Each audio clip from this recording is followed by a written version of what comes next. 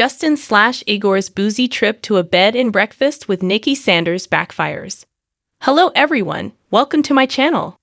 I hope everyone is having a wonderful day. Before starting the video, please go ahead and hit the subscribe button and give this video a like up when he reveals he's been less than faithful. Sophie Sierra gets anxious trying to work up the courage to tell Rob Warren her secret. Newbie Sam Wilson is clean and sober and waits for his fiancée Citra to arrive from Indonesia, and Nick Ham puts more than fish in his mouth. Pour some wine and fire up the deep fryer, and let's take a look at Season 10, Episode 9 to have and to hold 90-day fiancé couple Justin and Nikki Sanders have cleared some major hurdles in Moldova. His friends and family are on board with the relationship, but Nikki feels they just aren't in sync in the bedroom. Justin takes Nikki on a getaway and suggests they pour some wine and drunk today. Nikki is down for this and hopes it will lead to some sexy time. Justin did show up in the bedroom that night, but not till 3 a.m. She wasn't thrilled about the pre-dawn surprise smash and found it selfish. She also wants more intimacy. Justin suggests he feels man vibes from Nikki, and that hinders his desire. He wants her to open the woman part of her. Nikki takes this in stride and even laughs a little. But she wants to know why he won't make their engagement official on social media. Justin obliges, and Nikki Sanders is thrilled. Justin takes Nikki to a wine tasting on 90-Day Fiancé. She gets tipsy and a little explicit amid the PDA. The wine expert suggests it's TMI. But he's not that surprised since wine is nature's liquid lubricant after all. The next day, she's pretty hungover. She wants food, and Justin orders up some mystery meat. She questions whether he slept with other women while they were apart. He says he did up until he put a ring on it. Nikki is furious and storms out with Justin following behind her. On 90-Day Fiancé, Sophie Sierra and Rob Warren have patched things up after another bout of his online cheating. The couple hit up the local lanes for some bowling with Rob's pals. After a few strikes and spares, Rob's friend questions Sophie as to why she goes through his phone. Sophie Sierra doesn't hold back and wonders if they know that Rob was hitting up random women on Snapchat for pics and videos, and also sexting back. They didn't know this, and Rob Warren feels attacked. Later, Rob suggests they go ring shopping, but on a budget. But before they hit the pawn shop, Sophie has something to unload first. She hasn't told Rob that she's bisexual, and her friend thinks he deserves to know. Sophie Sierra prepares to tell Rob, but has an anxiety attack. Rob isn't sure what is going on and makes a mental note to delete his browsing history before she finds something else on his phone.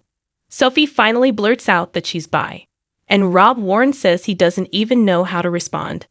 Late to the 90-Day Fiancé party this season are Sam Wilson and Citra. He hails from Missouri and she from Indonesia. Sam is clean and sober now, but battled addiction in his past. He works double shifts for a giant online retailer and sleeps in his car in between. They met online. He was honest about his past, and she didn't judge. Sam admits he likes big butts, and he cannot lie. And Citra doesn't disappoint in that respect either. The couple did meet in person. Sam traveled to Indonesia and ended up proposing. Now she's coming to the U.S. on the K-1 visa. Her dad is very strict, and they are devout Muslims. Citra admits that her father is concerned they will sin. In other words, consummate their relationship before marriage. So he'll be traveling with her to chaperone. Sam isn't sure he can live up to all these new expectations and convert to the strict rules of a new religion. Ashley Michelle is getting tired of Manuel acting like a man-child. He stormed off into the streets of Rochester after her friends questioned his money motives. Ashley confronts him back at her house. She explains she's not trying to control him, but rather fears something bad could happen to him while he wanders. Manuel is annoyed that her friends get into his business. He asks to be left alone to watch his soccer match. To make amends, Ashley takes Manuel for some greasy food on 90-Day Fiancé. Manuel admits he spent a lot of time on the toilet after being introduced to American food. Over a garbage platter, they discuss their wedding and finances. Manuel is having a hard time grasping how expensive everything is, and is concerned about providing for his family in Peru.